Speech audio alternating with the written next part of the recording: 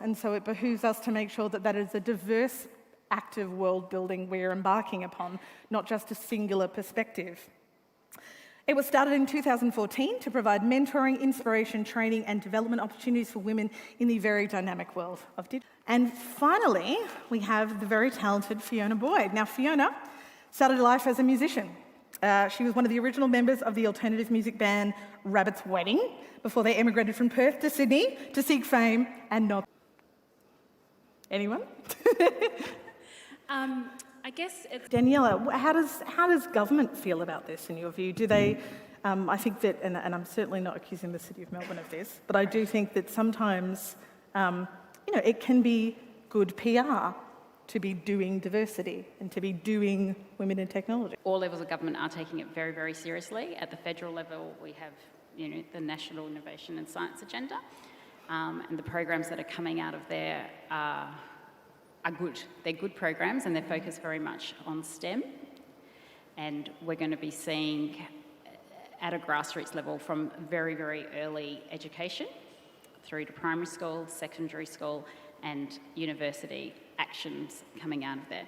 Government has taken this as very much a financial, it's an economic issue that we need to be sustainable, and Australia needs to be sustainable in a digital world.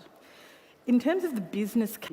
It is a gap in the actions that we need to continue to work on. So to answer your first question, are these panels, we need to keep the conversation going at any level. So I'm not sure if it's via panels or, different initiatives. And I take it that everyone is sitting here is attuned to to the need, and you've come along to sort of hear some of the actions and learn from some of the experiences, but we need to keep the conversation going. To mobilise at every level, but fundamentally, without that executive buy-in, without somebody at the top of the tree saying, this matters and we are going to do this as a change program, how do we design for success if we were to give those CEOs a playbook and say, whether that's somebody that's starting a new business, a startup founder, or whether that is a giant corporate that wants success in this area?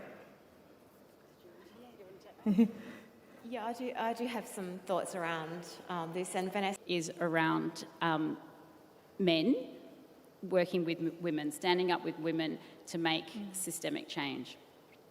It's not about giving women a hand up. It is about making sure the system doesn't give them a push down, and that's really important. I'm a lawyer and I'm not a technologist. I'm not a technologist. There's probably some people in the room that could very much attest to that.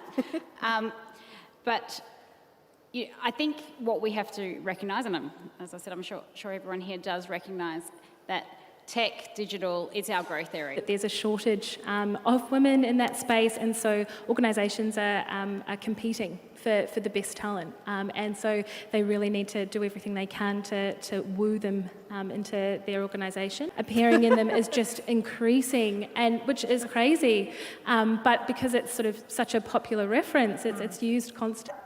Yeah, absolutely. I agree, with everything that was said there. I think it's also important, if any of us out there are in hiring positions, that we insist on...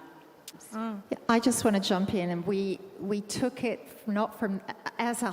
So that woman could see themselves in that person and say, well, I could see that, this is a culture that I can move forward in and add value to. I think you're absolutely right that it doesn't just stop at the job ad, absolutely not.